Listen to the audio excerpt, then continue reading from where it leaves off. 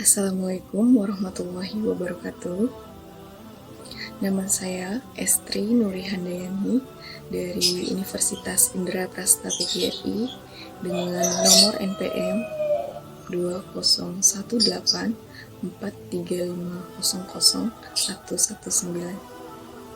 Tujuan dibentuknya video ini yaitu untuk memenuhi tugas mata kuliah akhlak dan etika dalam bab 10 yang berjudul Pembinaan Akhlak dalam Kehidupan.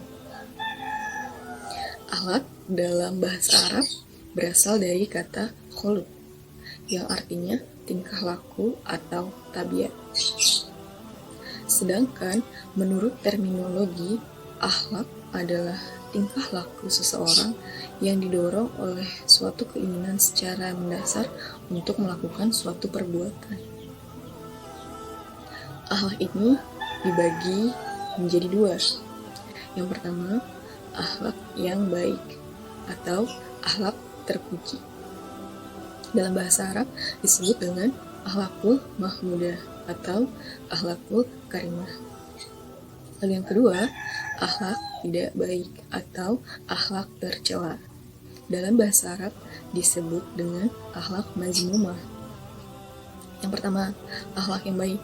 Akhlak yang baik yaitu sikap diri yang senantiasa mencerminkan kebaikan, baik untuk dirinya sendiri maupun untuk orang lain. Contohnya apa? Contohnya cinta pada Allah, cinta pada Rasul Allah. Cinta pada Allah berarti kita melaksanakan perintah-perintah Allah dan menjauhi larangan-larangannya. Cinta pada Rasul yang artinya kita selalu memberi selawat kepada Rasul-Rasul Allah, rajin beribadah dalam agama Islam seperti sholat 5 waktu, berpuasa, zakat, dan lain sebagainya. Kemudian berperilaku baik dengan segala perbuatan seperti itu, dengan segala keadaan kita selalu berperilaku baik. Kemudian bersyukur atas segala nikmat yang telah Allah beri. Lalu jujur juga merupakan salah satu akhlak yang baik. Menepati janji, apabila kita mempunyai janji berarti harus kita tepati. Karena apa? Karena janji itu disebut juga dengan utang. Janji adalah utang yang harus kita tepati gitu. Rendah hati, sopan lagi santun, amanah, sabar, dan masih banyak lagi contoh-contoh dari akhlak yang baik. Lalu yang kedua, akhlak tidak baik atau akhlak yang tercela. Nah, akhlak yang tidak baik ini yaitu sikap diri yang senantiasa mencerminkan perbuatan buruk, baik untuk dirinya sendiri maupun untuk orang lain, atau bahkan bisa merugikan orang lain. Contohnya apa? Contohnya kufur, syirik, murtad, riya, iri, dengki, berbohong, boros juga termasuk salah satu akhlak yang tidak baik karena dia menghambur-hamburkan sesuatu atau berlebihan seperti itu. Sombong, mengadu domba, gibah, mencuri atau mengambil hak milik orang lain, membunuh juga termasuk salah satu akhlak yang tidak baik. Dan masih banyak lagi contoh-contoh dari akhlak yang tidak baik. Akhlak jika ditinjau dari ruang lingkupnya dibagi menjadi dua. Yang pertama, akhlak terhadap Khalik atau kepada Allah Subhanahu wa Ta'ala. Yang kedua, akhlak terhadap makhluk kepada ciptaan-ciptaan Allah. Yang pertama, akhlak terhadap Khalik. Orang Islam yang memiliki akidah yang benar dan kuat berkewajiban untuk berakhlak baik kepada Allah. Dengan cara apa? Dengan cara menaati perintah-perintahnya, dengan cara cinta kepada Allah, dengan cara takut kepada Allah gitu. Ikhlas, bersyukur, bertaubat, serta istighfar. Istighfar bila kita berbuat kesalahan. Berbaik sangka pada setiap ketentuan-ketentuan Allah Subhanahu wa Ta'ala. Bertawakal dan lain sebagainya. Lalu yang kedua, akhlak terhadap makhluk, kepada makhluk-makhluk Allah, kepada ciptaan-ciptaan Allah. Nah, ini dibagi lagi menjadi dua. Yang pertama kepada manusia, yang kedua kepada lingkungan. Yang kepada manusia itu kita berawal dari kita cinta dulu terhadap Rasul, kemudian ke diri kita sendiri, cinta Rasul dan umat-umatnya, seperti itu. Lalu yang kedua, lingkungan. Kita juga harus berlaku baik terhadap lingkungan kita gitu, terhadap yang ada di sekitar kita, terhadap lingkungan, menjaga alam tersebut untuk terus merawatnya dan tidak merusaknya, karena kita hidup juga di lingkungan tersebut gitu.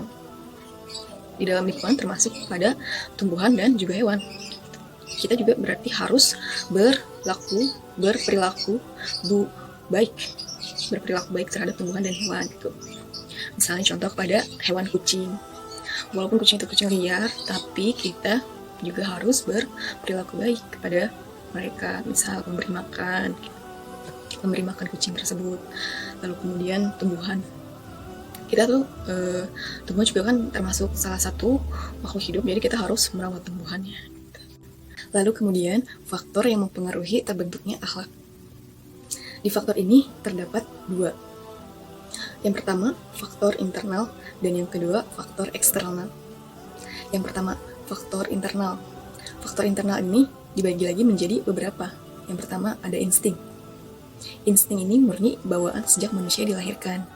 Jadi, Allah Subhanahu wa Ta'ala telah menitipkan naluri atau insting pada setiap manusia. Lalu, kebiasaan.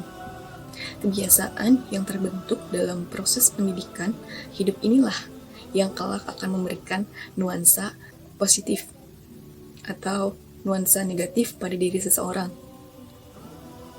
Seperti itu. Lalu ada keturunan. Garis keturunan ini memberikan nuansa pembeda seseorang dengan orang lain. Lalu yang kedua, faktor eksternal. Faktor eksternal ini merupakan ragam perkara yang berada di luar maupun di sekitar diri seseorang yang diturutkan memberikan pengaruh positif atau negatif pada seseorang. Nah, di dalam faktor eksternal ini dibagi lagi menjadi beberapa faktor eksternal. Yang pertama ada keluarga. Keluarga merupakan tempat di mana manusia banyak belajar di dalamnya, gitu. Karena keluarga merupakan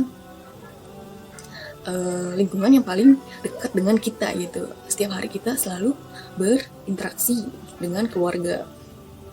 Jadi keluarga termasuk salah satu faktor dari eksternal. Lalu yang kedua ada lingkungan.